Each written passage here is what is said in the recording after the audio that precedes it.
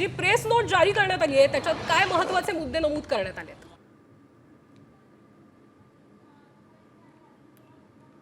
हा प्रेरणा आपण जो व्हिडिओ दाखवतो तो व्हिडिओ लाहोरमधील जी रडार यंत्रणा आहे त्या कार्यालयामधील आहे। त्या व्हिडिओमध्ये आपण बघू शकतो ज्यावेळी भारताकडनं ड्रोन हल्ला केला गेला त्यानंतर त्या ठिकाणी असलेल्या कर्मचाऱ्यांची कशा पद्धतीने पळापळ सुरू आहे, पाकिस्तानची फजिती कशा पद्धतीने झालेली आहे हे सगळं आपण त्या दृश्यांमध्ये बघू शकतो। प्रेरणा ज्या ठिकाणी पाकिस्तानकडे हे परत वारंवार आपण सांगतोय की भारतानं कुठलीही सुरुवात केलेली नव्हती। पाकिस्ताननं 15 ठिकाणी आज सकाळी ड्रोनच्या माध्यमातून हल्ला करण्याचा प्रयत्न केला आणि त्याला हे उत्तर म्हणून भारतानं जे आहे ते ड्रोन हल्ले केले आहेत। हे जे 15 ठिकाणं आहेत ज्या ठिकाणी पाकिस्ताननी कुरापती केलेल्या होत्या ते 15 ठिकाणं पुन्हा एकदा आपण प्रेक्षकांसाठी सांगूया।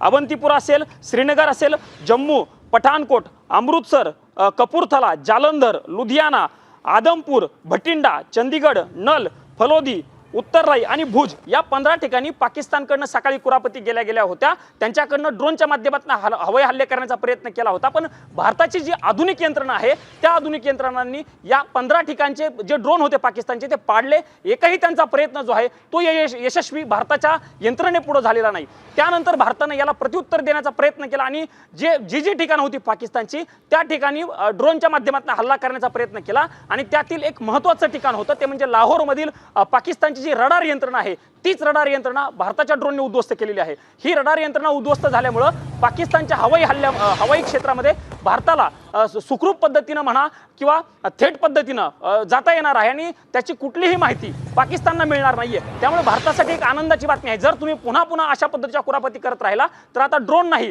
तर आम्ही थेट पद्धतीने जे मिसाईल्स आहेत ते असतील किंवा आमचे विमान आहेत जे आधुनिक विमान आहेत त्या विमानांच्या माध्यमातून भारत आता हल्ला करू शकतो हे एक मेसेज पाकिस्तानला देण्याचा प्रयत्न केलेला आहे। त्या प्रेस नोटमध्ये भारताच्या वतीने हेही सांगितलं गेलेलं आहे की ही सुरुवात आम्ही केलेली नव्हती, सुरुवात तुम्ही केलेली होती आणि त्याला उत्तर चोख उत्तर भारताकडनं जशाच तसं दिलं जातंय हा मेसेज या माध्यमातून भारताकडनं जो आहे तो दिला जात असल्याचं आपल्याला बघायला मिळतंय। काल रात्री जसं मी म्हटलं तसं जम्मू काश्मीर आणि पूंछ परिसरामध्ये पाकिस्तानकडनं मागच्या काही दिवसांपासून वारंवार शस्त्रसंधीचं उल्लंघन केलं जातंय। ज्या दिवशी पहलगाममधील घटना घडली त्या दुसऱ्या दिवसापासूनच पाकिस्तानकडनं कुरापती केल्या जात आहेत, भारताला डिवचण्याचा प्रयत्न केला जात होता। मात्र परवा रात्री भारताच्या वतीनं जे ऑपरेशन सिंदूर यशस्वीरित्या राबवलं गेलं त्यानंतर काल रात्री पाकिस्तानच्या वतीनं जे मोठ्या प्रमाणामध्ये फायरिंग केली गेली होती आणि त्यामध्ये निष्पाप 15 लोकांचा जो आहे तो बळी गेलेला होता। त्यामध्ये महिला असतील किंवा लहान मुलं असतील ज्यांचा याशी काहीही संबंध नव्हता ते या कारवाईमध्ये किंवा पाकिस्तानच्या गोळीबारामध्ये त्यांचा मृत्यू झालेला होता आणि त्यानंतर भारतानं स्पष्ट केलं होतं की आता तुम्हाला सुट्टी नाही, जशाच तसं उत्तर तुम्हाला दिलं जाईल हे भारताकडनं स्पष्ट केलं होतं। आणि त्यानंतर ड्रोनच्या माध्यमातून हे हल्ले भारताकडनं केले आणि रडार यंत्रणा जी आहे ती उद्ध्वस्त केलेली आहे।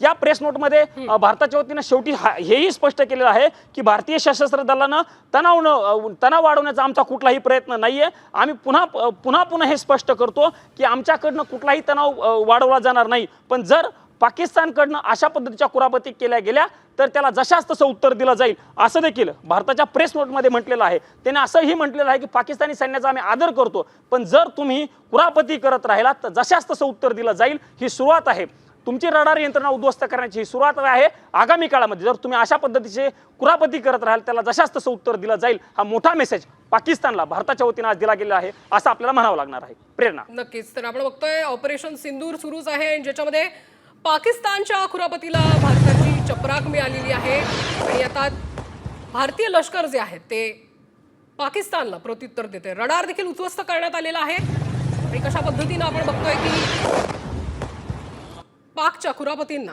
भारताने उत्तर दिलेलं आहे।